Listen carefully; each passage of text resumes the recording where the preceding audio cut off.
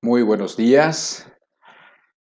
Qué bueno que nuevamente nos encontramos aquí en este canal, em, en esta ocasión, que es la mejor ocasión que nos puede reunir. Nos da muchísimo gusto estar nuevamente juntos y poder compartir la palabra de Dios con todos los presentes. Quiero saludar a algunas personas que frecuentemente, constantemente, de hecho, dejan algún mensaje o algún saludo o algo haciéndose presentes. Creo que más que simplemente saludarlos, es que sepan que sí estamos conscientes de todos ustedes los que nos están apoyando, de todos ustedes los que nos estamos congregando por este medio que, bueno, pues que quizás no es el medio óptimo, pero sí es un medio que Dios ha permitido y que nos ha estado resultando de bendición y que de hecho ha estado logrando que personas que desde hace mucho quizás nos conocíamos o personas que estaban por allá dispersas en un lugar o en otro, podamos poco a poco irnos eh, como nuevamente uniendo. Quiero saludar a Lucy Moreno en Cancún, junto con las personas que se reúnen allá, que nos escuchan todos los domingos y que siempre, bueno, pues mencionan alguna cosa y estamos de veras con ustedes, nos acordamos de ustedes y Dios, pues no sé, permitirá próximamente cosas más personales, cosas donde podamos no solamente estar juntos en un canal, en una pantalla, sino que podamos estar juntos también físicamente. Quiero también mandar saludos a la Ciudad de México, a Socorro Mosqueda y su familia, que también se ha estado reuniendo aquí y ha estado pues haciendo comentarios sumamente favorables que seguramente a otras personas también motivan y ayudan. A Víctor y Sandra también de México, de la Gustavo Amadero, obviamente a todas las personas de Colombia, a todos los hermanos y gente que muchos de ellos ya he podido conocer en persona y los cuales han llegado a sernos tan queridos, obviamente están en nuestros pensamientos y en nuestras oraciones siempre. Y bueno, en cualquier lugar donde nos ves, en Veracruz, en Jalapa o en cualquier parte de Veracruz, en Florida, Estados Unidos, en cualquier lado donde estés, nuestros deseos y nuestras oraciones, que Dios te bendiga en todo lo que estás haciendo y emprendiendo y que Dios lleve a cabo esta obra que Dios ha estado haciendo. Esta obra me refiero a esta obra en nuestros corazones, no es tanto que me refiera a esta obra como si esto fuera una congregación o algo así. Además, bueno, pues evidentemente estamos dispersos en muchos lados, pero lo comento porque se siente eso que Dios está como que uniéndonos en lo más importante, que es en Cristo, en el Espíritu, en las Escrituras, que es lo más importante. A propósito de esto, quisiera yo leerte ahora, antes de pasar a los cantos que acostumbramos a hacer, eh, un pasaje que está en Nehemías capítulo 8. Si tú quieres ir, puedes ir, si no, simplemente escucha.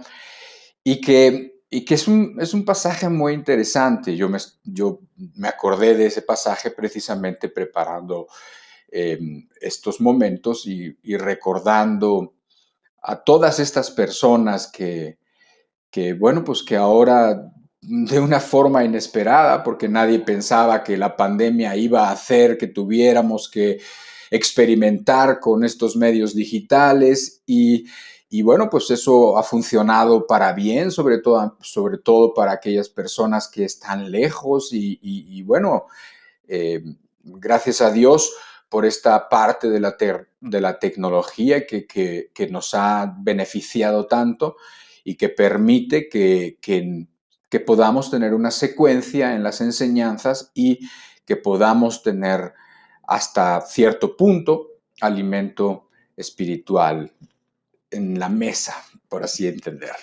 Bueno, te voy a leer esto, pongo mis lentes porque está muy pequeñita la letra de la Biblia esta, y te voy a leer, escucha con atención, porque además de lo que se trata este texto es de gente reunida, precisamente escuchando la palabra de Dios, la Biblia, y haciéndolo con atención. Dice así: y se juntó todo el pueblo como un solo hombre en la plaza que está delante de la puerta de las aguas. Y dijeron a Esdras el escriba que trajese el libro de la ley de Moisés, la cual Jehová había dado a Israel. Y el sacerdote Esdras trajo la ley delante de la congregación, así de hombres como de mujeres, y de todos los que podían entender, el primer día del mes séptimo. Y leyó en el libro delante de la plaza que está delante de la puerta de las aguas, desde el alba hasta el mediodía, en presencia de hombres y mujeres y de todos los que podían entender. Y los oídos de todo el pueblo estaban atentos al libro de la ley. Ahora voy a seguir leyendo. Pero te quiero decir algo, te quiero poner en contexto. Estás viendo que estamos en el libro de Nehemías, pero que está hablando de Esdras. Esto se ubica, bueno, piensa en el rey David.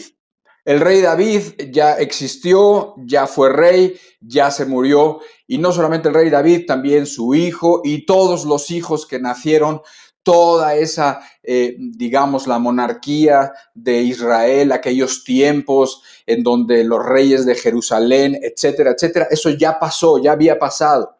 Ellos, como pueblo de Dios, habían olvidado la ley de Dios y por lo tanto los babilonios habían llegado y habían destruido las ciudades, destruido específicamente Jerusalén, destruido el templo de Jerusalén y se habían llevado presos, se habían llevado cautivos a todo el pueblo y se los habían llevado, bueno, a la mayoría del pueblo y se los habían llevado primero a una parte unos años antes, después a Jerusalén y a Judá también unos años después, y bueno, pues había dejado toda esa tierra desolada literalmente, casi deshabitada, y todo el pueblo de Israel estaba o muerto o cautivo, ¿sí? Ahora, después de un tiempo de años de cautividad, en donde en esos años difíciles el Señor hace muchas cosas, sobre todo en el corazón de las personas, por medio de la aflicción y por medio de lo que el Espíritu, bueno, puede ir diciéndoles. Pasó un tiempo y entonces se cumplió lo que Dios también había dicho, que iba a liberar y traer de regreso a ese pueblo. Entonces, después de esos 70 años, a un rey de los persas, quiso que regresaran a Jerusalén. Y primero regresó Esdras. Y se construyó y se reconstruyó el templo. Se hizo un templo nuevo en esos tiempos, ¿sí? Date cuenta todo lo que había pasado. Pero bueno, ya se hizo primero un templo y después en los tiempos de Nehemías también trabajando allá con los en esos reinos de aquel tiempo, también regresa a Jerusalén, le pide permiso a su rey, al soberano de aquellas tierras, y entonces regresa a Jerusalén y entonces se pone a edificar los muros de Jerusalén y la ciudad en sí. Primero el templo, después los muros y la ciudad en sí para volver a ser habitada. Estamos hablando de restauración. Estamos hablando de que aquello que era la luz, porque de Sión saldrá la ley y de Jerusalén la palabra del Señor, aquella lámpara se había apagado. Se había apagado o estaba casi extinta, casi extinguida. Y entonces aquí viene otra vez la voluntad de Dios haciendo que eso no se apague, sino que se vuelva a encender. Y nuevamente surge la ciudad de Jerusalén con todo lo que significa después de la cautividad, y entonces surge nuevamente la esperanza para el mundo. Aunque, pues obviamente, no podían entender exactamente todas las implicaciones de lo que estaba sucediendo. Pero fue entonces cuando en esos momentos de reconstrucción, en esos momentos en donde Dios estaba nuevamente hablando a su pueblo, nuevamente haciendo cosas con su pueblo, que están leyendo la palabra de Dios. Se reúne se reúne todo el pueblo, que eran muchísimos, quizás, no sé, miles y miles de personas, se reúnen todos los que tenían entendimiento, también niños, los que sí entendían, pero los que, digo, de ahí para arriba, y todos están escuchando, y están escuchando con mucha atención. Estaban interesados en escuchar lo que decía la palabra de Dios. Así que este es el contexto de lo que está pasando. Entonces se reúnen, Esdras toma la Biblia que tenían en aquel tiempo, y se pone a leerla. Y después dice así: y leyó en el libro delante de la plaza que está delante de la puerta de las aguas, desde el alba hasta el mediodía. O sea, no tenían prisa. Desde el alba hasta el mediodía, desde el amanecer hasta el mediodía estuvieron leyendo, discutiendo y hablando de las cosas que estaban en la Biblia, en presencia de hombres y mujeres y de todos los que podían entender. Y los oídos de todo el pueblo estaban atentos al libro de la ley. Los oídos de todo el pueblo estaban atentos al día de la ley, al libro de la ley. Y el escriba Esdras estaba sobre un púlpito de madera que habían hecho para ello. Después nos brincamos al 5 y dice: abrió pues Esdras el libro a ojos de todo el pueblo, porque estaba más alto que todo el pueblo, y cuando lo abrió, todo el pueblo estuvo atento. Bendijo entonces Esdras a Jehová Dios grande, y todo el pueblo respondió: amén, amén, alzando sus manos, y se humillaron y adoraron a Jehová, inclinados a tierra. ¿Sí? Entonces, aquí estás viendo una escena increíble, una escena en donde el pueblo está reunido en torno a la palabra de Dios, en torno a la Biblia, y la gente está atenta. Y ahí lo que yo quiero decirte, o lo que yo quiero quizás recalcar, es que cuando es un tiempo de restauración, cuando Dios está haciendo algo, una de las características es que la gente se pone atento a lo que dice la palabra de Dios, se pone a escuchar con atención. Ese libro que quizás había estado arrumbado por allá, ese libro que es la Biblia, que ya estaba diciendo si será mito, si será verdad, si algunas cosas serán leyendas y otras serán históricas, etcétera, etcétera. Entonces, de repente, la palabra de Dios empieza a tomar un valor, y el pueblo, la gente, se da cuenta, y la gente quiere escuchar. Por eso te decía yo que es lo mejor que podamos estar aquí reunidos en torno a la palabra de Dios. Eso es lo mejor. Y aunque ese pueblo que estaban en Jerusalén estaban geográficamente reunidos y nosotros no, pero sin embargo podemos estarlo en el espíritu, digamos. Podemos estar reunidos en lo mismo, podemos estar igual, con la misma expectativa de que Dios haga algo, porque necesitamos que Dios haga algo, porque necesitamos que Dios nos hable, porque necesitamos su ayuda en todo sentido. Y por lo tanto podemos estar con esa expectativa, no importa que estemos unos a 1,000 kilómetros de otros y otros a 3,000 kilómetros de otros. Eso no importa, con que nuestro corazón esté en el mismo lugar y que ese lugar sea el Señor. ¿Qué les parece? Entonces, pues vamos a empezar, ya empezamos, pero vamos a tener un tiempo de meditación, de cantos, y después pasamos a la palabra de Dios. Y estoy seguro que solamente con esa actitud que tienes de necesidad, esa actitud que tenemos de que Dios nos hable, Dios nos va a hablar. Estoy seguro de que si hay cualquier necesidad, Dios la va a suplir.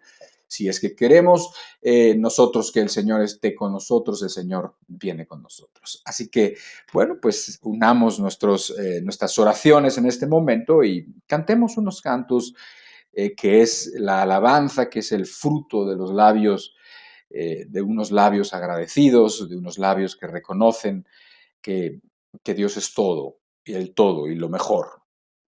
Padre, tantísimas gracias te damos de que estamos juntos, Señor. Gracias por cada persona mencionada y no mencionada, Señor. El hecho de mencionarlo solamente es para que pues sepan que unos por otros nos preocupamos y nos debemos preocupar y que nos acordamos, Señor.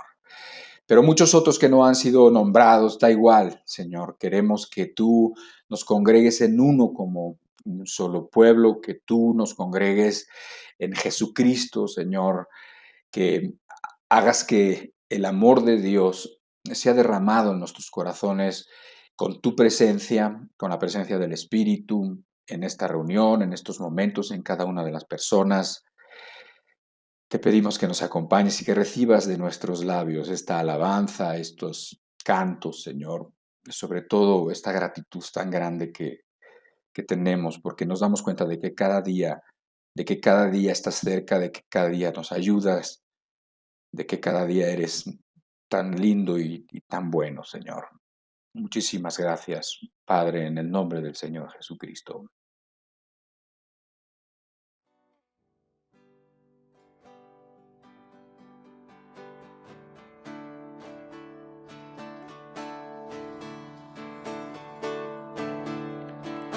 Cristo está conmigo, lo puedo sentir. Él siempre me guía, me ayuda a vivir. Tengo sus promesas, yo puedo confiar en que Él es mi amigo y nada es mejor. La gente me puede fallar, el mundo se puede acabar, pero yo vivo confiando en que Cristo, mi amigo, nunca me fallará. Así es, Jesús, porque tú eres fiel, Señor.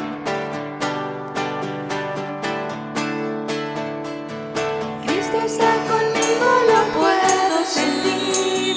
Él siempre me guía, me ayuda a vivir.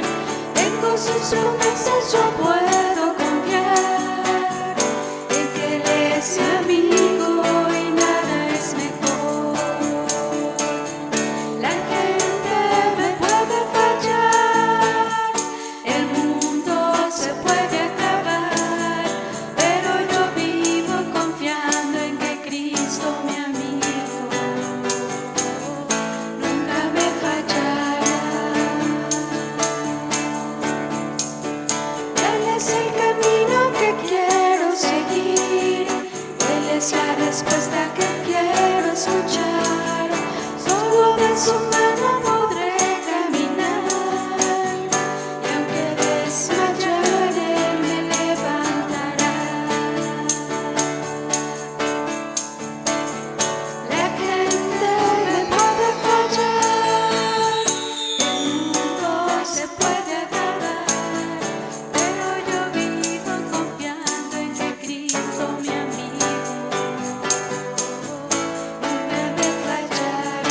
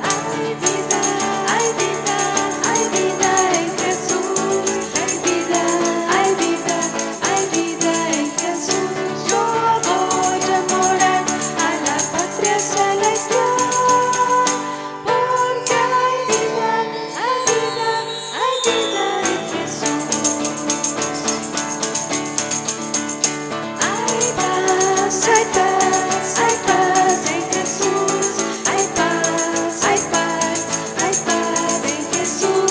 Yo voy a morar a la patria celestial, porque hay paz, hay paz, hay paz en Jesús. Hay amor, amor, amor en Jesús. Hay amor, amor, amor en Jesús.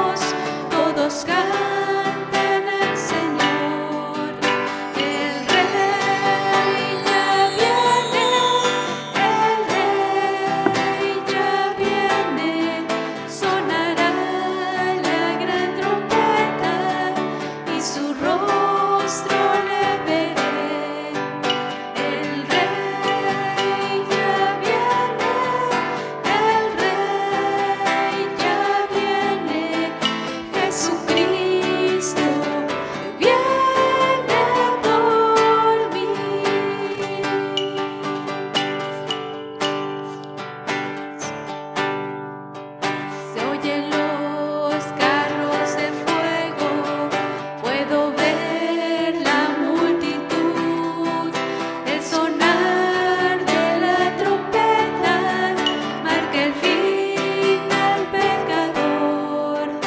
Y si tú te encuentras listo con el Rey, has de morar, escuchar notas sublimes por el corazón.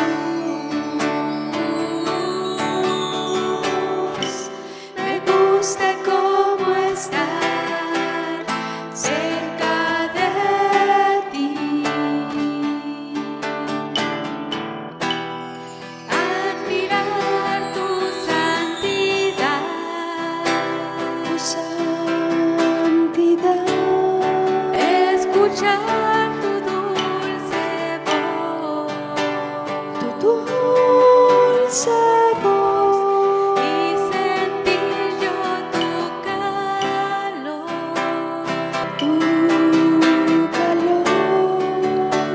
te adoro mi Jesús, admirar tu santidad,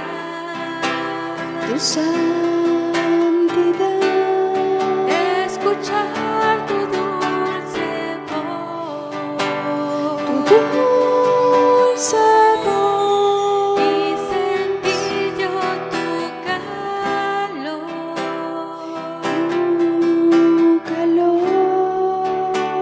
te adoro mi Jesús,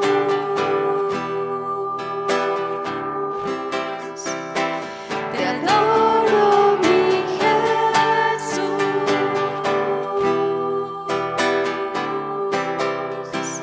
te adoro mi Jesús,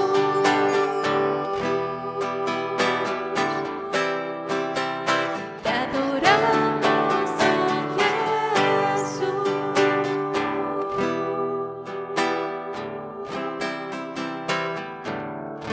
porque eres digno, Señor, te adoramos, solo tú eres digno,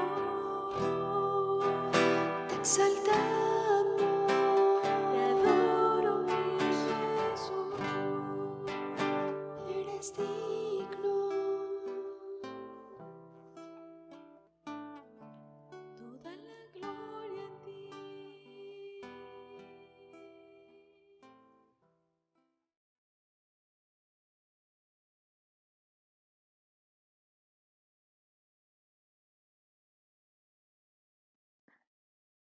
Nuevamente, buenos días. Después de estos momentos, gracias a Dios, que nos permite para reflexionar y para conocerlo más, para conocer más a Dios, para entender cosas, vamos a pasar a la palabra de Dios. Vamos a abrir las escrituras y vamos a aprender algo con la ayuda de Dios. Si usted recuerda, la semana pasada estuvimos hablando acerca de, bueno, la semana pasada fue, digamos, una plática que cerraba un ciclo de enseñanzas y abría otro.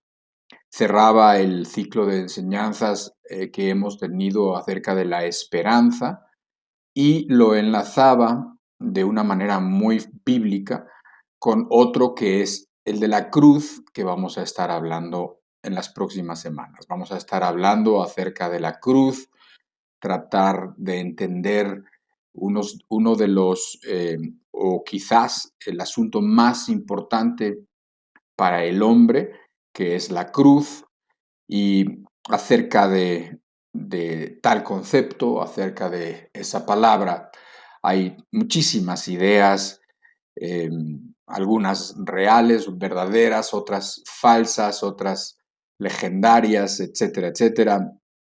Y todo esto vamos a estar hablando en las próximas semanas. Así que estamos arrancando con un ciclo nuevo y que también Dios, estoy seguro que nos va a bendecir, nos va a ayudar a entender eh, algo que debe de estar claro en nuestros pensamientos y que debe de estar profundamente en nuestro corazón también.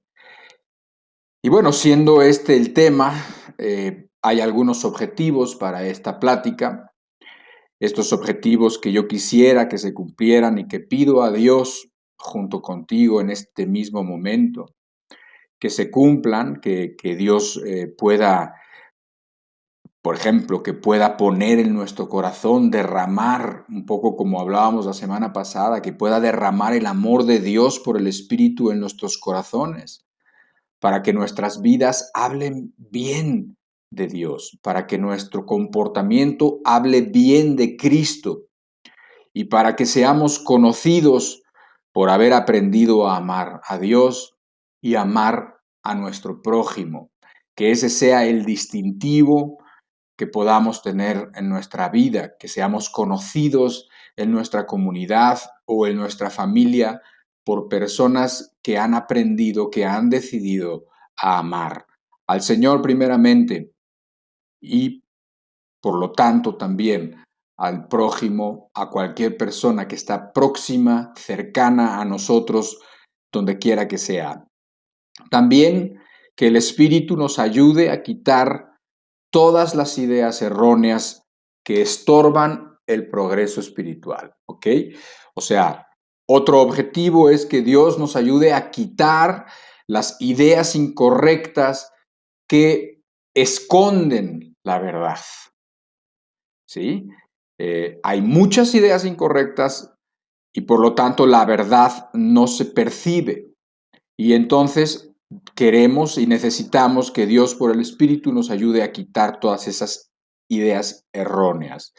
Y también, que obviamente pues es lo principal, es que nos lleve a entender el verdadero significado o los significados, porque puede haber más de uno, definitivamente, de la cruz, para que valoremos la importancia del sacrificio de Cristo y del amor de Dios. Este es, pues, algo que necesitamos que se cumpla, que Dios nos enseñe a valorar lo que significa la cruz, que nos enseñe a entender.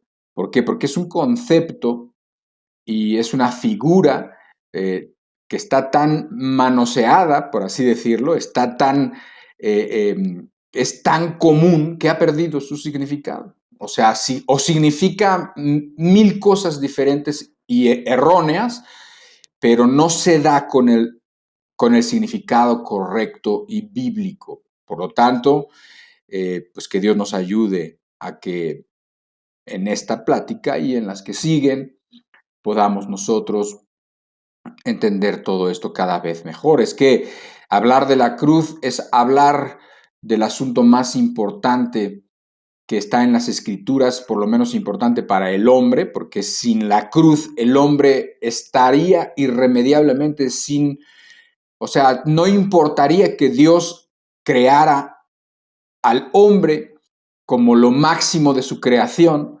si no estuviera la cruz, aún eso pues habría quedado ya en el olvido porque el hombre estaría destruido por sus pecados y por sus maldades irremediablemente y sin solución. Por lo tanto, la cruz es algo sumamente importante y lo vemos en la Biblia de principio a fin. Lo vemos desde el Génesis hasta el Apocalipsis. La cruz recorre la Biblia y en su momento lo iremos viendo poco a poco. Hoy vamos a ver cosas más sencillas que esas, aunque vamos a tocar un poquito de todo, o por lo menos vamos a leer una serie de versículos en donde vamos a ver que se menciona la cruz en el contexto específico de ese versículo y tratar solamente de entender por lo menos un poquito por arriba ese versículo, aunque en sesiones después que esta podremos profundizar en más cosas. Hay muchísimo que hablar, hay mucho que aprender. Cuanto más aprendas de esto, tu corazón va a ser mejor. Cuanto más aprendas de la cruz, tu corazón va a ser más suave. Tu corazón, la cruz tiene, y te lo anticipo, pues. O sea, esto lo veremos en otra ocasión, pero la cruz tiene el poder de hacer que un corazón duro se ablande. Así que reflexionar en todo esto, pues nos va a hacer mucho bien espiritualmente, ¿ok? Ahora, la cruz se menciona de diferentes formas, de diferentes maneras. Estas formas de entender o de mencionar la cruz en la Biblia están relacionadas, pero son distintas. Tenemos que ir viendo esas diferencias. Primero, la cruz se menciona en las Escrituras como un instrumento de tortura y muerte que se hacía, o sea, se usaba para los peores criminales precisamente en aquellos tiempos del Señor Jesucristo. Entonces, la cruz se menciona en la Biblia como un instrumento de tortura y eso lo tenemos que tener claro, creo que la mayoría de ustedes están familiarizados con esa idea. La cruz como instrumento de muerte y tortura. Otra forma, como se menciona, la cruz es como el único medio, y escúchenlo las personas nuevas, las personas de cualquier religión, el único medio y plan para la salvación de la humanidad. O sea, la cruz se menciona como esa única oportunidad que el hombre tiene para poder ser salvo de sus pecados y no tener que perderse eternamente en el infierno. La cruz también se menciona en las Escrituras, en el Nuevo Testamento, sobre todo como un estado espiritual real, un estado espiritual real del cristiano mientras vive en este mundo. De ahí textos quizás que dicen, estoy juntamente crucificado con Cristo o estoy crucificado para el mundo, ¿sí? O sea, es un estado espiritual, es un, es que la persona se encuentra de una cierta manera con relación al mundo, con relación a lo que el mundo ofrece, con relación al pecado, con relación a todo lo que tiene que ver mientras estamos vivos aquí en esta tierra. Es un estado que cuando la persona cree, que cuando la persona es perdonada, que cuando la persona quiere caminar con Cristo, es un estado espiritual, real, verdadero, ¿sí? Y también la cruz se menciona en la Biblia como una actitud de autosacrificio, como cuando el Señor Jesucristo le dijo a sus discípulos que si querían ir en pos de Él tenían que tomar su cruz. Entonces es una actitud de sacrificio voluntario que es necesario para la vida del discípulo de Cristo. Entonces la cruz se menciona de distintas formas, se menciona de distintas maneras.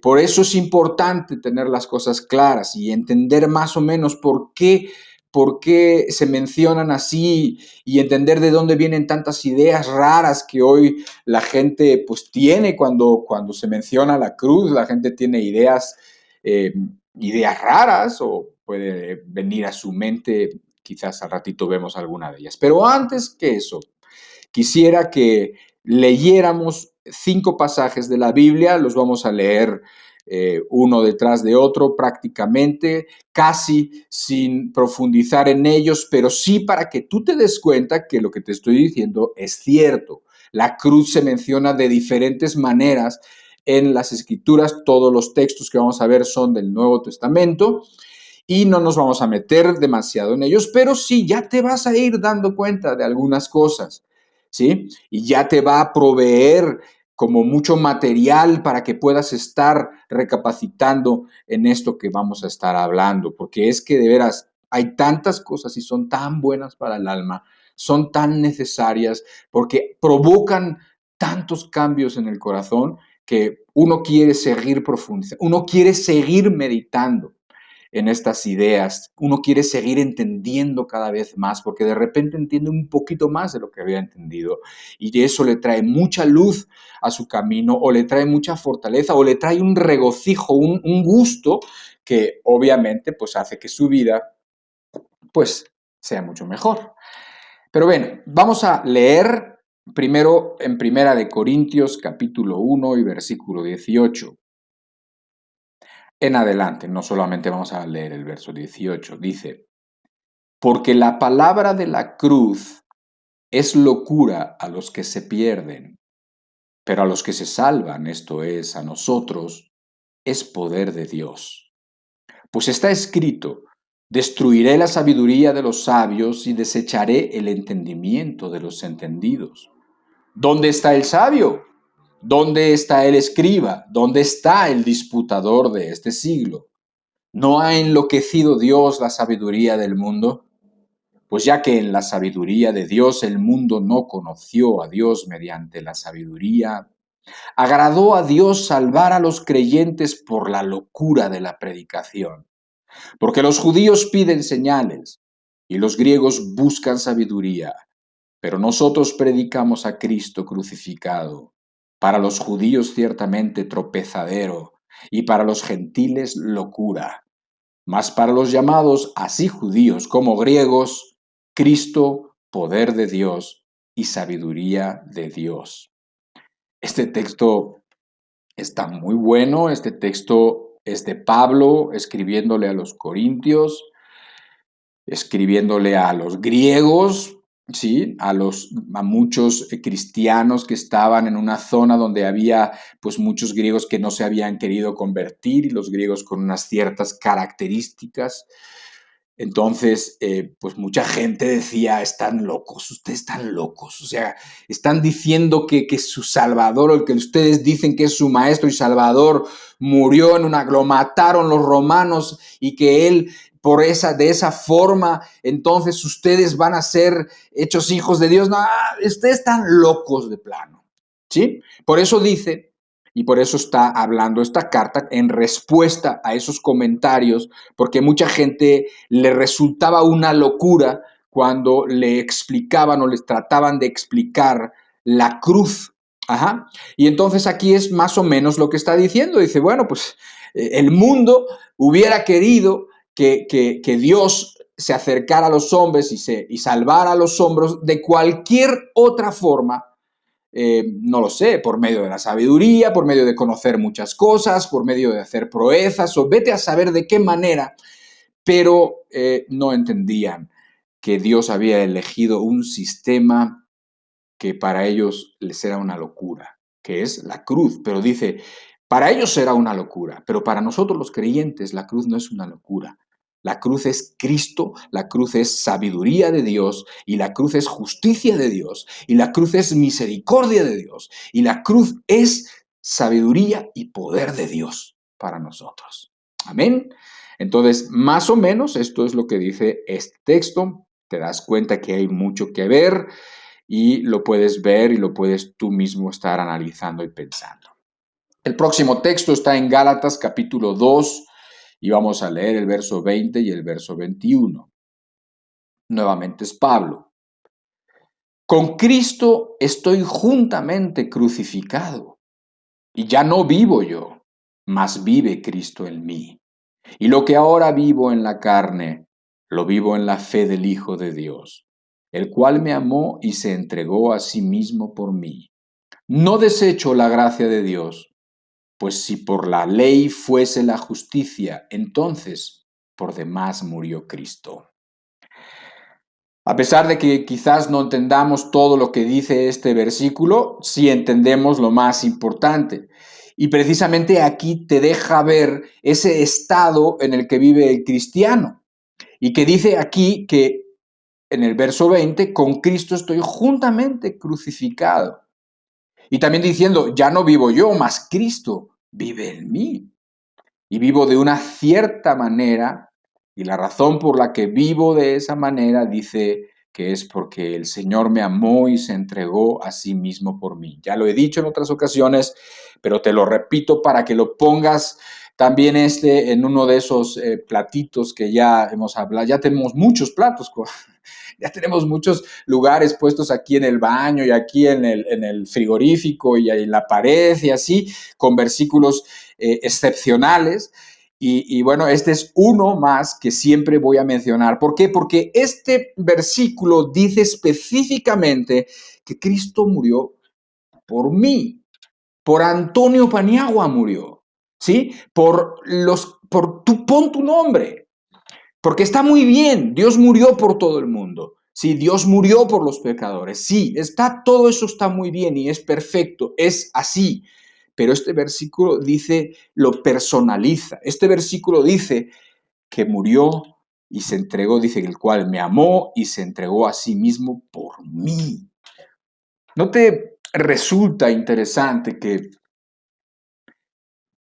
que pensó en ti, exactamente en ti, específicamente en ti? No eres un número en una bola burocrática de salvación, no, eres una persona con necesidades, eres una persona con pecados específicos, eres una persona que tiene una historia, unos padres, etcétera. Eres tú.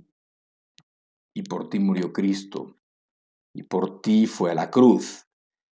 y a ti te amó y se entregó a sí mismo por ti, ¿sí?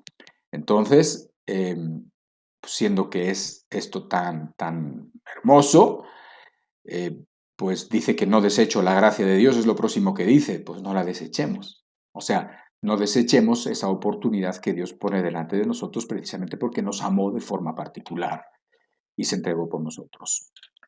Gálatas capítulo 6, versículo 14. ¿Te has dado cuenta que los versos que estamos leyendo tienen muchas veces o varias veces la palabra cruz?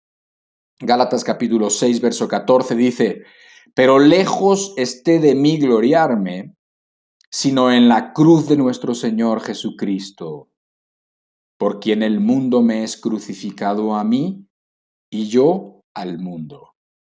Nuevamente ves aquí que la idea de la cruz, no solo la palabra, sino la idea de la cruz, porque aquí ahora habla de la cruz de nuestro Señor Jesucristo, habla de estar crucificado al mundo, nuevamente lo dice, y entonces ves que adquiere significados diferentes, relacionados pero diferentes, ¿sí? Y aquí dice Pablo, lejos sea de mí el gloriarme, sino solamente en la cruz de Jesucristo. Eso quiere decir más bien que en otras versiones lo dice, Dios no permita, con esas palabras, Dios no permita que yo me goce, me gloríe, tenga como lo más importante cualquier otra cosa, sino la cruz de Cristo. No lo permita Dios de ninguna manera, ¿sí? Ese es el énfasis, eso es lo que está diciendo. Ahora, Pablo está diciendo esto. Pablo está diciendo, lejos sea de mí, esté de mí el gloriarme en otra cosa que no sea la cruz de Cristo. Para Pablo era mejor que cualquiera de nosotros. Y de hecho era mejor que todos nosotros juntos, si tú quieres, ¿sí? Cuando él se convierte, llega a ser un cristiano dedicado, un cristiano sacrificado, un cristiano motivadísimo para hacer todo lo que fuera necesario, dispuesto a cualquier cosa.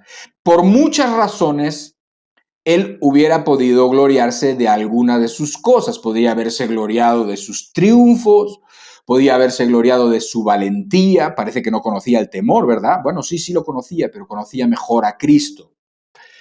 Podía gozarse de su dedicación, de su amor por las personas, de sus tribulaciones, de las veces que fue encarcelado, de las veces que fue golpeado, de las veces que hasta lo tuvieron por muerto, de las veces que hasta se sufrió naufragios, de su conocimiento. Mira, la teología de Pablo, lo que Pablo habla es profundísimo, siempre. O sea, cuando habla una frase de este tamaño, tiene, bueno, para hacer libros.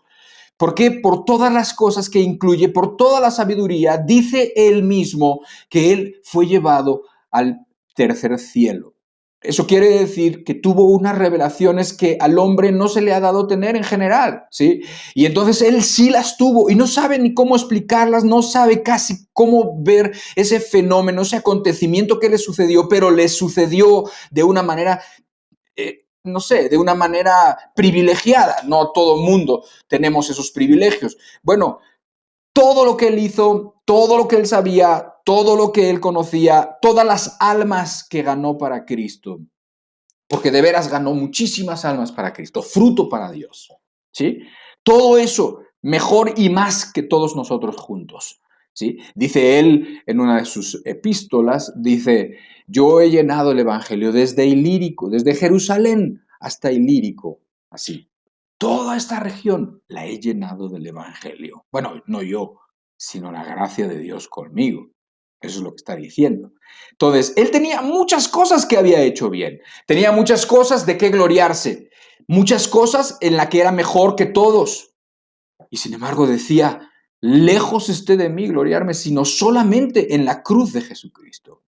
O sea, todo eso no sirve, todo eso no me puedo yo confiar de nada de eso. Yo no puedo confiar en que eso me va a dar paz, me va a poner en bien con Dios. Nada de eso, no, nada de eso es mérito personal. Nada de eso va a hacer que se pague una sola, nada de mis pecados, absolutamente nada. Nada de eso me hace me hace agradable delante de Dios. Nada de lo que he hecho, nada de lo que sé, nada de lo que conozco, nada de mis tribulaciones, nada absolutamente me hace mejor a los ojos de Dios. Nada me recomienda delante de Dios. Nada, Señor, no lo permitas. Que Dios me libre, lo dice en otra versión traducida de otra manera. ¿Sí? Dice, Dios prohíba que yo me gloríe en cualquiera de estas cosas, sino en la cruz de nuestro Señor Jesucristo. Ahora, Colosenses capítulo 2, versículo 13, vamos ya en nuestro cuarto texto, y dice, y a vosotros, estando muertos en pecados y en la incircuncisión de vuestra carne, os dio vida juntamente con él, perdonándoos todos los pecados, anulando el acta de los decretos que había contra nosotros, que nos era contraria, quitándola de en medio y clavándola en la cruz.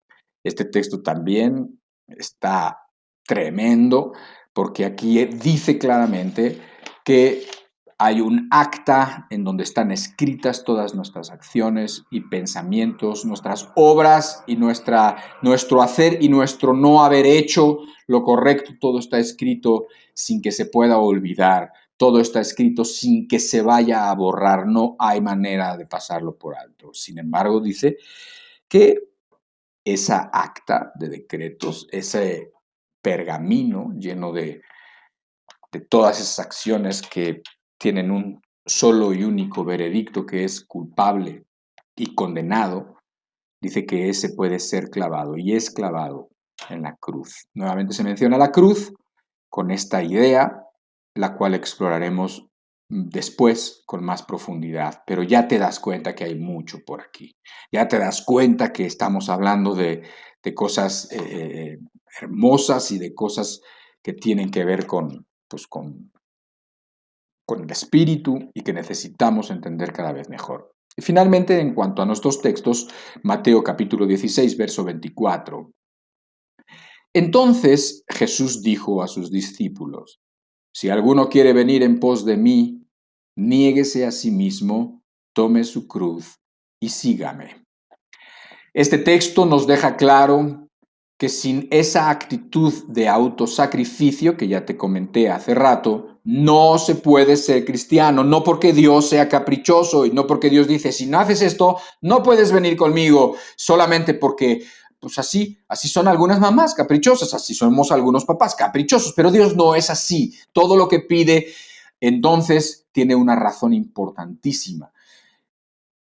Dice que si alguno no toma su cruz y no se niega a sí mismo, dice, no puede ser mi discípulo. Eso lo dice el Señor, ¿no?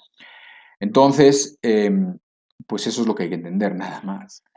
Sin esa actitud de autosacrificio, sin esa actitud de negación a uno mismo, sin esa actitud de que ya no vas a ser tú el primero de todo, ya no vas a ser tú el que primero la comida sea para ti, ya no vas a ser tú el rey de tu vida, ya no vas a ser tú el que tiene que estar siempre satisfecho, siempre lleno y siempre habiendo obtenido lo que sus necesidades y deseos le exigen.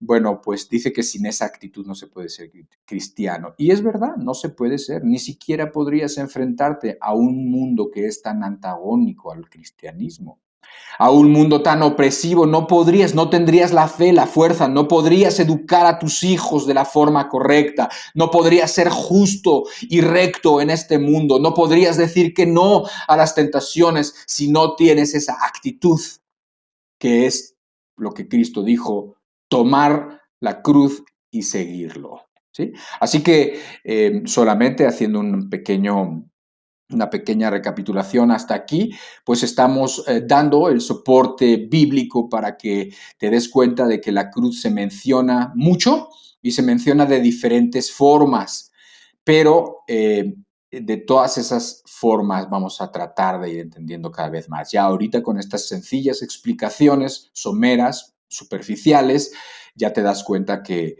hay mucho y hay mucho que te recomiendo yo que si esto lo grabas o si se queda ahí en la computadora o si lo apuntas, pues te sumerjas en ello porque está lleno de cosas que te hacen y te van a hacer mucho bien, que te van a afectar para bien en tu alma. Antes de seguir profundizando en la Biblia, eh, también quisiera yo ahora, en este punto de la plática, ver algunas ideas populares.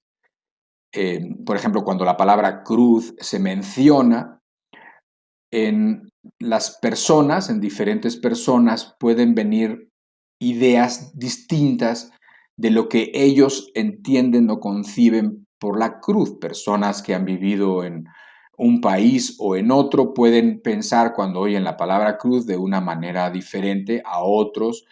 Y bueno, muchas de estas ideas, pues sí se puede entender de dónde vienen, pero son ideas que ya están tan metidas en el, pues en el imaginario de la gente, ¿no? De los países, en la imaginación de las personas, en las familias lo mencionan, los papás o las mamás, los hijos lo escuchan, no saben exactamente bien qué significa, pero se van quedando con ciertas ideas.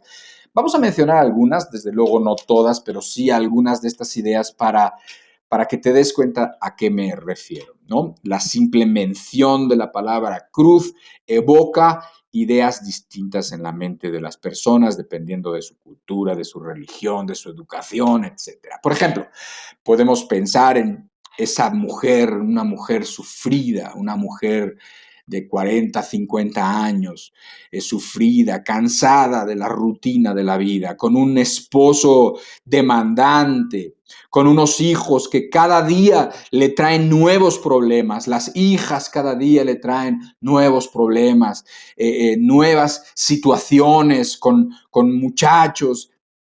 Cada día es cuesta arriba, cada día parece que es sufrir, cada día los problemas cuando los niños eran pequeños eran problemas pequeños en comparación de los problemas que ahora tiene con esta familia. Y entonces la persona, esta mamá se agarra la cabeza y dice, qué cruz me ha tocado con esta familia. ¿Sí? Esa es una idea, ¿sí? Ellos consideran que es llevar la cruz, es soportar las demandas y el vivir con, tener que vivir y el tener que vivir todos los días con esta familia. ¿Sí? Eso es una idea. Ahora, vamos a pensar en otra persona. Este es un hombre que ha echado a perder su vida. La ha echado a perder de mil maneras por sus vicios, por sus malas decisiones, por sus robos, por su vida, por su inmadurez que no quiere pensar, que debe de crecer y debe de tomar responsabilidades de una vez. Y entonces así se ha pasado la vida y hoy en día se encuentra en un momento de la vida en donde está todo arruinado, está todo mal. La gente ya no confía en él, ya no tiene dónde vivir, ya de un lugar lo sacan para vivir en otro donde también lo corren después de un tiempo y su conciencia, pues muchas veces le está diciendo, porque la conciencia, pues sí, tenemos la capacidad de dormirla y de apagarla, sí, pero muchas veces resurge y entonces a veces esta persona se da cuenta de sus malas decisiones y de todas las consecuencias que le ha traído tales malas decisiones. Y esta persona dice, ay, cuando mira su vida, quizás en la cárcel, o cuando mira su vida toda destruida y una esposa por allá dejada y otra mujer por allá con la que tuvo un hijo y todo perdido y todo mal y sin trabajo y todo cada vez peor. Y dice, bueno, pues esto, hablando de las consecuencias, pues esta es la cruz que tengo que cargar, ¿qué puedo hacer? ¿Sí? Esa es la idea que tiene, o sea, confunde las consecuencias de una vida malgastada, de una vida desperdiciada, con la cruz. Pero esta idea está metida en las personas. Miran para atrás y dicen, pues esta es la cruz que tengo que cargar, ¿no? Es una idea.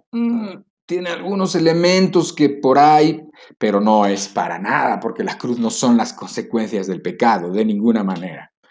Luego, vamos a pensar en otra persona. Otra persona escucha la cruz y estamos hablando aquí personas quizás que pues durante mucho tiempo han vivido por generaciones en la religión católica, quizás escuchan la palabra cruz y entonces inmediatamente a su mente viene la imagen de ese crucifijo tamaño real que tiene en la entrada de su casa o en la entrada de, pues, de la vecindad en la que vive, en esa cruz, en ese crucifijo grande que está junto a la Virgen de Guadalupe y junto a algún santo por ahí, San Judas Tadeo o alguno más pequeños de los que están puestos ahí. Y también se acuerda de los crucifijos que ha puesto en cada una de las habitaciones, en la suya de su marido y ella y en la de sus hijos también, ¿sí? Y eso es lo que viene a su mente cuando oye la palabra cruz. Ajá.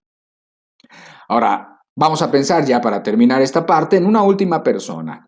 Esta persona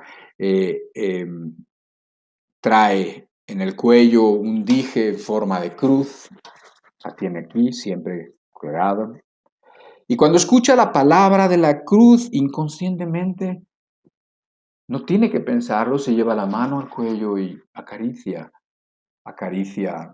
el crucifijo o la cruz que tiene en ese collar y piensa en tantas veces que esta cruz le ha ayudado, le ha librado de accidentes, de asaltos y de tantos males. Ok, todas estas son ideas que evoca la palabra cruz. Habría más, obviamente, claro, pero bueno, tú puedes aportar alguna otra por ahí. Pero todas estas ideas, si te das cuenta, no son las ideas bíblicas. Son ideas populares, son ideas que puede o puede no tener una persona dependiendo de dónde viva, pero no es la cruz bíblica. No es lo que la cruz, según la Biblia, significa. No tiene ningún poder, aunque la chica esta o el chico que está frotando su cruz crea que tiene algún poder el hecho de llevar un amuleto. Ahora vamos a ver un poquito más de eso. ¿Cuáles son el origen, pues, de todas estas ideas? ¿Cuál es el origen? ¿Qué hay detrás de todo esto? ¿Por qué todas estas ideas? ¿Por qué? ¿Desde cuándo surge la cruz como un símbolo? ¿Cuándo empieza a verse que los cristianos se identifican o que una cruz represente a los cristianos o a la cristiandad o al Señor Jesucristo, etcétera? Esas cosas, por lo general, la gente no lo sabe. Por lo tanto, pues yo te las voy a decir de forma muy, muy resumida, pero sí para que tú sepas de dónde viene todo esto. ¿Sí? A lo mejor has visto 1000 veces una cruz y sin embargo nunca te has preguntado, bueno, ¿y desde cuándo una cruz? O sea, sí es verdad, a Cristo lo crucificaron, sí, pero bueno, de ahí a que la cruz sea un signo del cristianismo, ¿cómo pasó eso? ¿Sí? Ok, primero vamos a entender lo que ya hemos entendido y lo que muchos de ustedes saben. La cruz se usaba para torturar y para matar a los criminales en los tiempos de los romanos y en otros también, pero aquí nos interesa hablar de los tiempos de los romanos. ¿Por qué? Porque fue Cristo muerto en una cruz en tiempos de los romanos. ¿Sí? Era un sistema para matar horrible. Era un sistema por asfixiamiento, por deshidratación, por dolor, por, bueno, una cosa agonizante y larga además, ¿no? Entonces era un escarmiento público y lo hacían ellos, lo solían poner la cruz en algún montículo para que la gente los vieran, dado que en esa cruz estaban clavados quizás personas rebeldes contra el gobierno romano, personas que habían cometido algún crimen, algún notable asesino o alguien que había dirigido alguna rebelión contra alguna de las legiones romanas o algún centurión o que habían atacado a alguien en contra de Roma o alguien sedicioso. Bueno, y entonces los clavaban ahí, los mataban despacio y a la vista de todos para que todo el mundo viera esa ejecución pública, vergonzosa y traumatizante, de modo que el que la viera se la pensara 2 veces si se iba a poner en contra de los romanos, si iba a decir algo en contra del gobierno de los césares o si iba a decir algo en contra de los tribunos o de los oficiales romanos o si se iba a meter contra el imperio. ¿Sí? Era una forma de escarmiento, era una forma de mantener a las personas y a las rebeliones un poquito en cintura, ¿sí? Ahora, ¿cuándo surge la cruz como símbolo? Porque ahí estamos viendo solamente la cruz como un instrumento de tortura, como cualquier otro, como podía ser la horca o puede ser la horca, que es más de estos tiempos, más recientes, ¿sí? O donde podía ser el potro, donde las personas les agarraban las extremidades, los brazos por un lado y las piernas por otro lado y los iban estirando pues, por medio de poleas o por medio de animales hasta que los reventaban y los separaban. ¿Sí? Eran instrumentos de muerte y tortura. ¿Okay? Entonces, esto solamente hasta aquí es eso, un instrumento de muerte y tortura. Pero ¿cuándo empezó a convertirse la cruz en un símbolo? Bueno, hay toda una historia que tiene elementos históricos por un lado y también legendarios por otro lado, en donde se mezclan y entonces los historiadores, sobre todo Eusebio de Cesarea que fue un escritor y un historiador en tiempos de los romanos, y que era judío, ¿sí? y que escribe acerca de esto. Y la historia da testimonio de que así más o menos se dieron las cosas. Hay interpretaciones, pero te voy a decir qué sucedió. El 28 de octubre del año 312, o sea, estamos hablando del siglo IV. Cristo muere en el siglo I, pero aquí ya estamos en el siglo IV.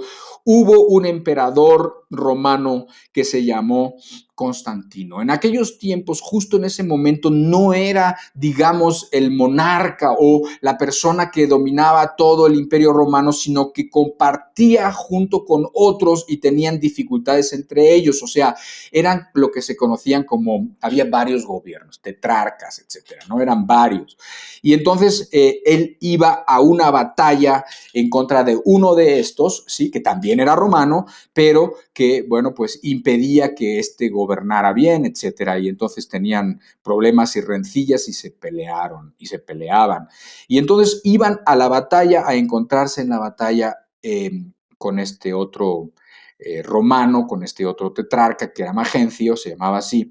Y entonces dice que cuando iba a esa batalla, él tuvo una visión en los cielos, ¿sí? Pero bueno, esa batalla culminaría eventualmente a favor de Constantino, o sea, Constantino y sus ejércitos vencieron a Magencio y sus ejércitos en una batalla X, ¿no? Que se dio por un puente que está por ahí en Roma y que es un puente que está sobre el río Tíber, que divide Roma. Y bueno, pues la verdad es que ahí se dio y entonces queda consolidado el gobierno de Constantino I el Grande, como se conoció, ¿sí?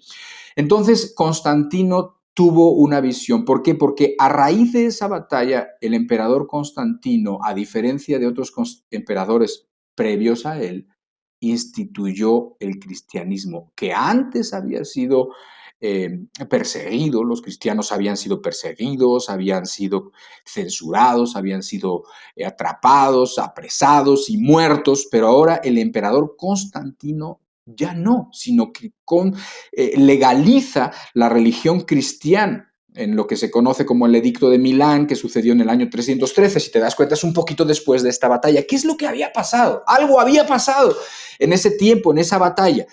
Y entonces, ¿qué es lo que había pasado? Bueno, pues dice el historiador y dice el mismo Constantino, decía que cuando él marchaba con sus soldados hacia el campo de batalla, dice que vio una cruz en el cielo junto al sol.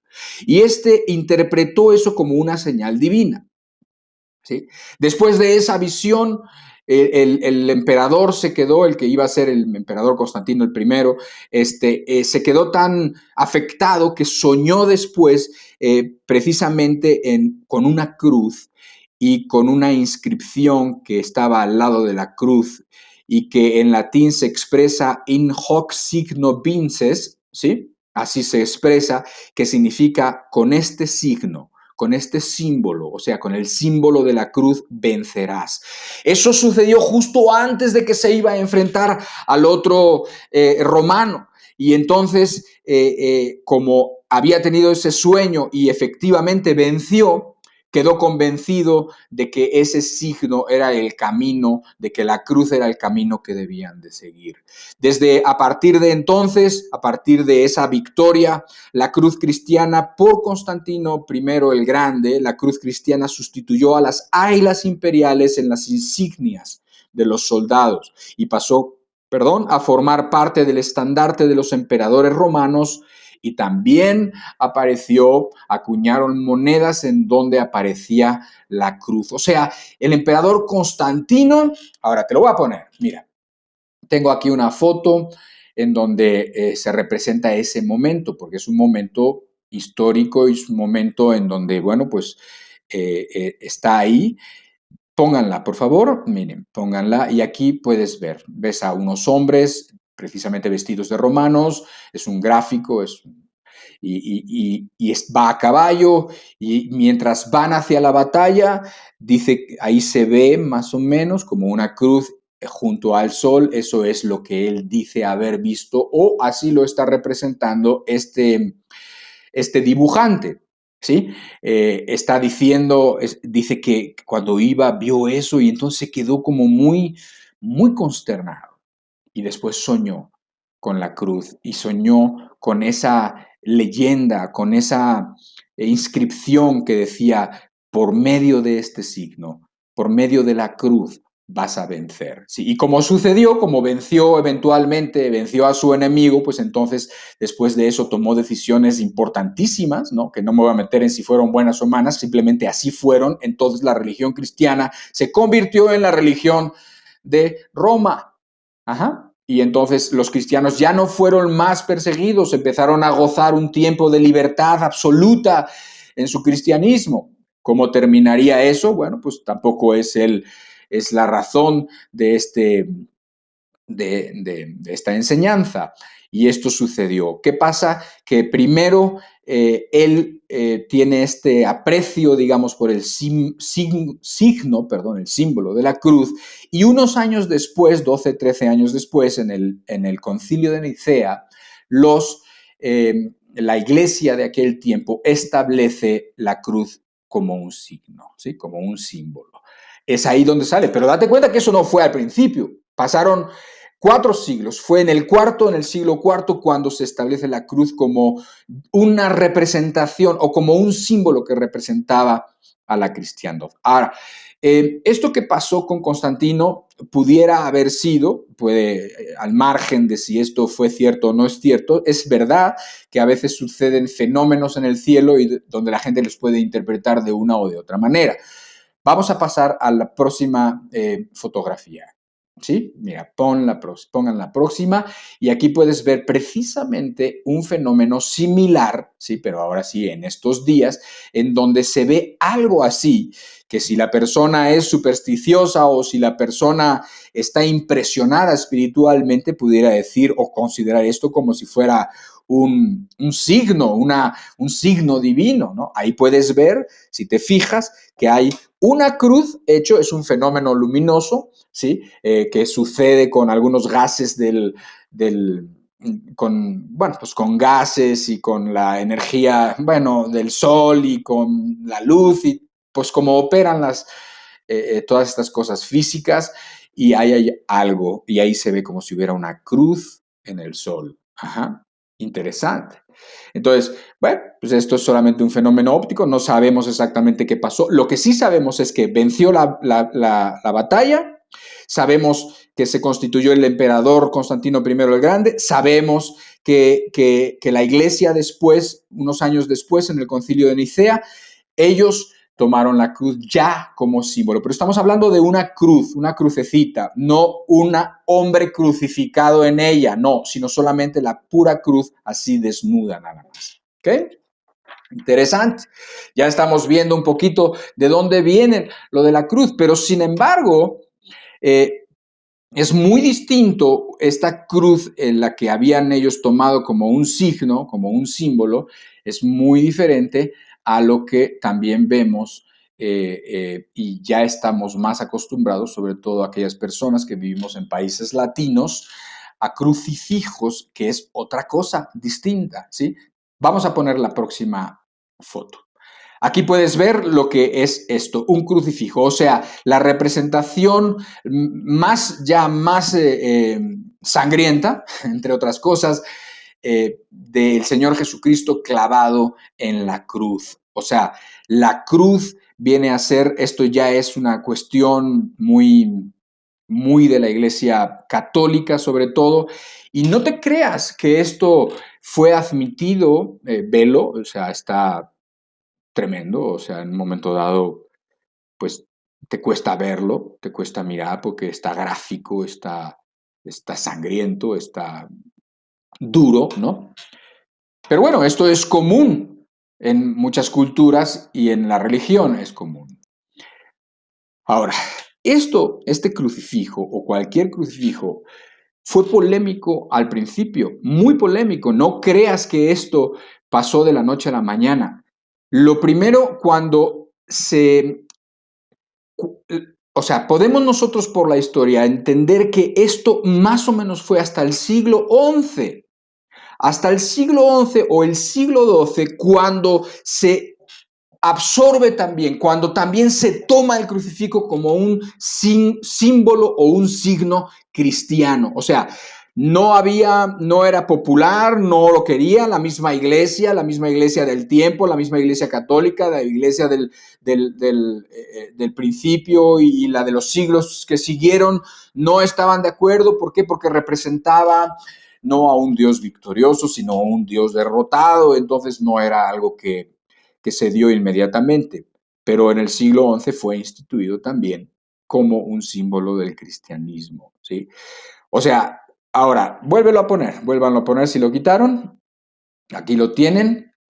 Ahora, ya de por sí esto es polémico, pero ahora imagínate a una persona arrodillada delante de estos crucifijos, adorando estos crucifijos, pidiéndole a estos crucifijos. Bueno, con todo respeto, eso es abominación, eso es una abominación, ¿sí? O sea, la cruz como un símbolo, como un objeto de adoración, es una abominación. Por supuesto, la cruz, entre las ideas populares también, y en lo que platicábamos hace rato, pues tiene esa idea de amuleto, ¿no? Hablar de símbolos, pues lo convierten en un amuleto. Si quieres, por la próxima, es solamente de una película muy antigua de Drácula, en donde esas fuerzas del mal, esos seres perversos del mal, esos demonios, huyen en la sola presencia de la cruz, ¿sí? Una idea popular en Hollywood, una idea popular de muchas personas y de supersticiones en donde piensan que el puro hecho de la cruz, o sea, el puro hecho de que exista ese metal o esa madera en forma de cruz, ahuyenta las fuerzas del mal, ahuyenta los poderes del mal, ahuyenta los seres malignos, los demonios, etcétera, etcétera. Ok, no es así, no es así. Eso no, no funciona así. Yo creo que los demonios se ríen de los objetos, honestamente. ¿Sí? Los demonios se ríen de los objetos, se ríen de las supersticiones de las personas. Satanás cautiva a la gente en supersticiones, innumerables supersticiones. ¿Sí? Ponen unos ajos porque creen que esos ajos quién sabe qué poder tengan, o ponen alguna cosa, algunas hierbas o algunas veladoras o algunos crucifijos porque eso les libra del mal. Eso es absolutamente erróneo. Esas son las ideas que pedíamos al principio a Dios, que quitara para que pudiéramos tener más claridad de la verdad, ¿sí? Pero sin embargo, voy a hablar tantito más acerca de los símbolos, ¿sí? Ya vimos que la cruz como tal no era algo que los cristianos quisieran al principio, no fue así, ¿sí? No lo era y costó para que fuera un símbolo o una representación del cristianismo, y después el crucifijo con el hombre colgado y sangrando, pues mucho más se tardó por la idea incorrecta de un Dios que está ahí amarrado y no un Dios victorioso, porque sí es verdad que Cristo murió, pero también es verdad que Cristo resucitó y ahora está gobernando y reinando en los cielos para siempre a la diestra del Padre. ¿no? Entonces, yo prefiero confiar, yo prefiero concebir en mi mente a un Dios victorioso, a un Dios guerrero, a un Dios que sus enemigos no pueden nada contra él, en vez de pensar, cuando pienso en Dios, en una representación de un Dios vencido. No, eso ya pasó. No lo vencieron, por cierto. Él permitió que le pasaran eso, no lo vencieron. Él permitió que pasara eso. ¿Por qué? Porque era la única forma de la reconciliación de los hombres con Dios. La única. Pero déjame hablar un poquito más de los símbolos. ¿Qué es un símbolo? Déjame detenerme un poquito aquí porque me parece interesante, ¿sí? Y porque hay algo más que no sabes de la historia, o quizás sí lo sabes, pero muchos no lo saben, y que importa mucho en esta parte, ¿no? ¿Qué es un símbolo? Un símbolo es algo que representa a otra cosa. Ajá. Un símbolo es algo un signo o un objeto o algo que representa, que establece una relación de identidad con una realidad. Esa realidad puede ser una realidad muy clara o puede ser una realidad más abstracta, etcétera. Pero tú ves ese símbolo y te recuerda otra cosa, representa otra cosa, evoca en ti otra cosa, ¿sí? Te lo pongo más fácil, o por lo menos para que vayamos entendiendo. Una bandera es un símbolo. Tú ves esa bandera y esa bandera en realidad pues es un trapo. Es un trapo o es una manta o es una sábana que tiene ciertos colores. Pero en esos momentos, cuando los colores son esos y están distribuidos de tal manera, eso deja de ser un trapo o deja de ser una sábana y es una bandera. ¿Y qué representa? Esa nación.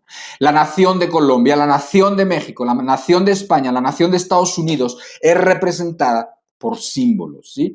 Si tú ves una estrella de David o si tú ves una menorá, que es uno de esos candeleros así, ¿no? Candeleros representan una nación, la nación de Israel. Son símbolos. Un símbolo es algo, un objeto, una representación que te trae a la memoria o que establece la identidad de eso con algo mayor que eso, ¿sí? Y con una idea mayor que esa, que no es exactamente esa, pero que te la trae inmediatamente. Por ejemplo, una hoz con un martillo. ¿Sabes lo que es la hoz, no? Lo que usan para cortar los manojos no sé, de trigo, de lo que sea, ¿no? Y con un martillo, una hoz con un martillo atravesado en rojo, ¿qué representa? Representa el comunismo, ¿sí? Eso es lo que representa, es un símbolo. Representa un concepto mayor que una hoz y mayor que un martillo. Es un símbolo que representa el comunismo. Una paloma. Una paloma es un animalito, es un ave, ¿sí? Pero ¿qué representa la paloma? La paloma representa para muchos la paz. Y la paz es un concepto, además de que, bueno, pues es un concepto que se puede definir de varias maneras, pero es un concepto mucho más grande que una paloma, o sea, es un concepto mucho más grande que un animal con dos alas y que es así asado y que da huevecillos y que no sé qué, ¿no? Es mucho más grande la paz que eso, pero lo uno simboliza lo otro, lo uno representa, el símbolo representa, en este caso, la paz. Bueno, pues de la misma manera, la cruz representa o puede representar comúnmente el cristianismo. Nos guste o no, el cristianismo está identificado con la cruz. Tengas cruces o no tengas cruces, creas que debe de haber o que no debe de haber, creas que es malo que haya o no estés tan seguro, eso ahorita no es el punto. El punto, además, eso ¿tienes dudas? Habla. ¿Tienes dudas? Pregunta y vamos a ver en las escrituras a ver qué es lo que es conveniente. Ajá. Pero sí tenemos que entender que la cruz es un símbolo del cristianismo. Hay gente que lleva una cruz, hay gente cristiana que lleva una crucecita discreta, aquí a la mejor, ahí está. Tú puedes decir, no, eso está mal, eso está mal. No lo sé. De eso no se trata ahora, ¿sí? ¿Quieres saber de eso más? Vamos a hablarlo y vamos a examinar en la cruz, perdón, en la palabra de Dios, vamos a examinar a ver qué es lo que dice. Pero no quiero meterme en eso porque si no pierdo lo que me falta, que ya es muy poquito, lo que me falta acerca de estos símbolos. Pero nos guste o no, la cruz es un símbolo del cristianismo, ¿ok? Importante. Pero al principio no fue así. Ya te dije que al principio no fue así.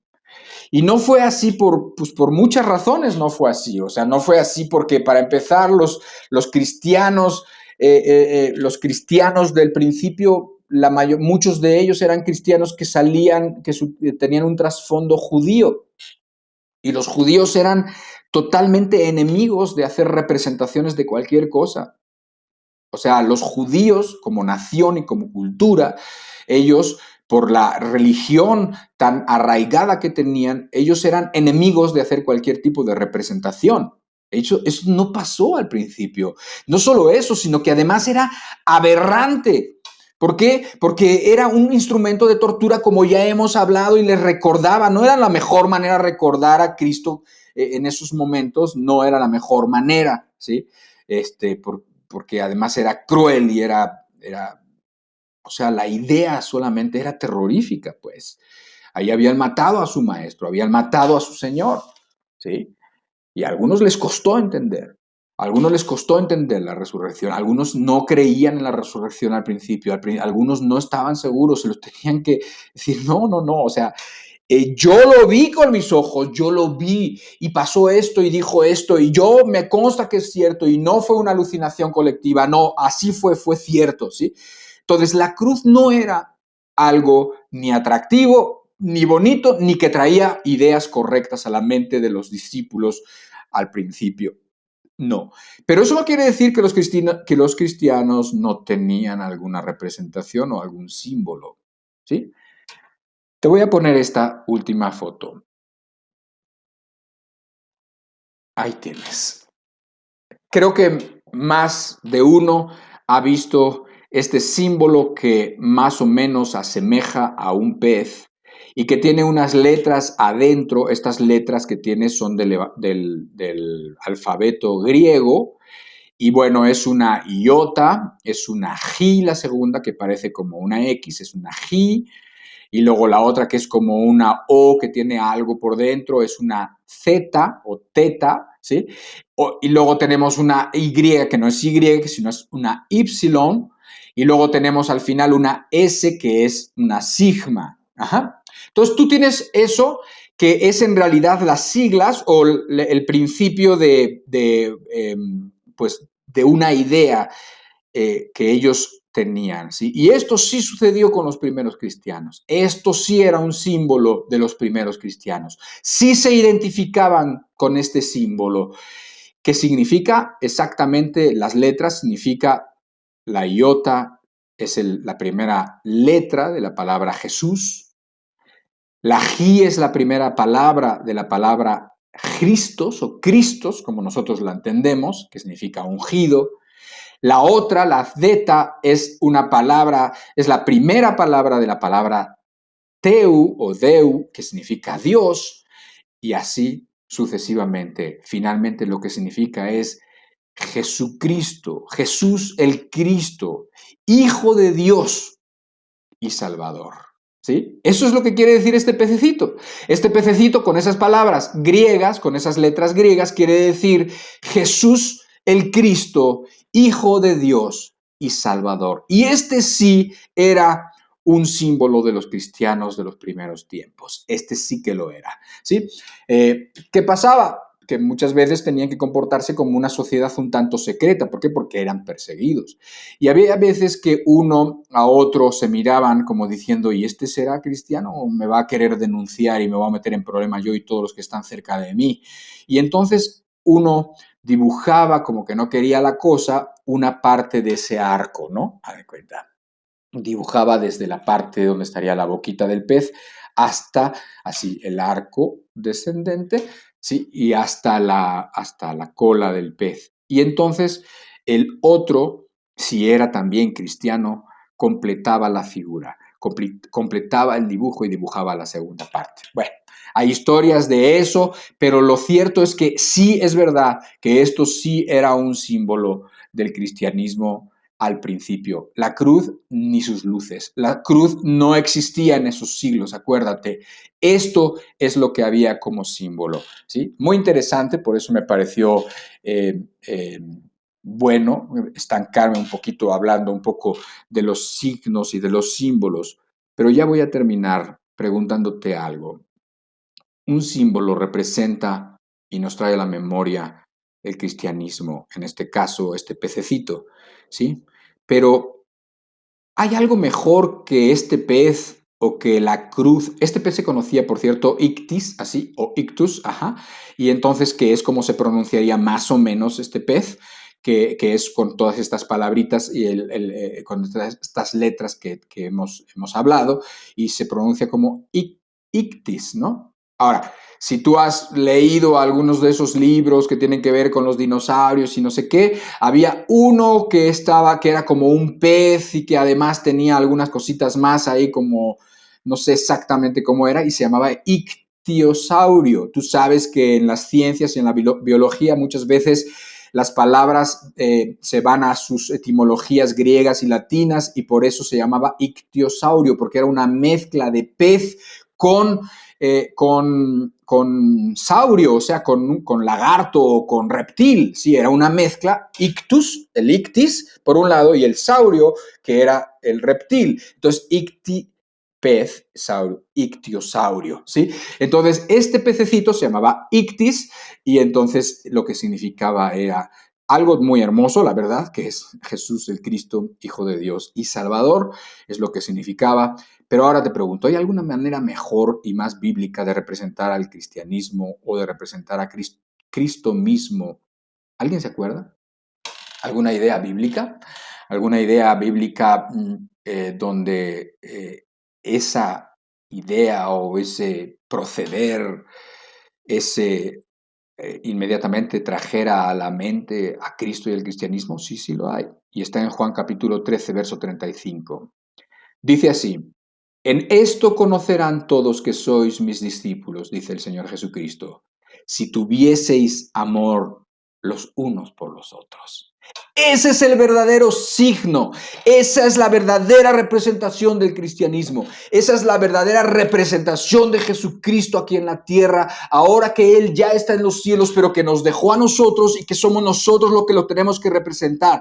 No represento a Cristo cuando pongo un sticker de este pececito en la salpicadera de mi coche, ¿sí? No represento a Cristo cuando llevo una cruz, cuanto más grande mejor, a un cerro los días de Semana Santa. No represento a Cristo cuando tengo un crucifijo en mi casa. No represento a Cristo de ninguna manera, sino solamente con esto. Si yo tengo amor por mi prójimo, amor a Dios primeramente y amor a mi prójimo como a mí mismo.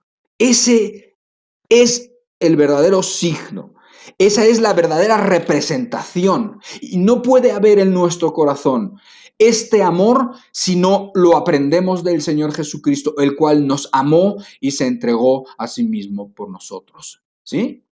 Esta es la verdadera representación. El verdadero símbolo es el amor.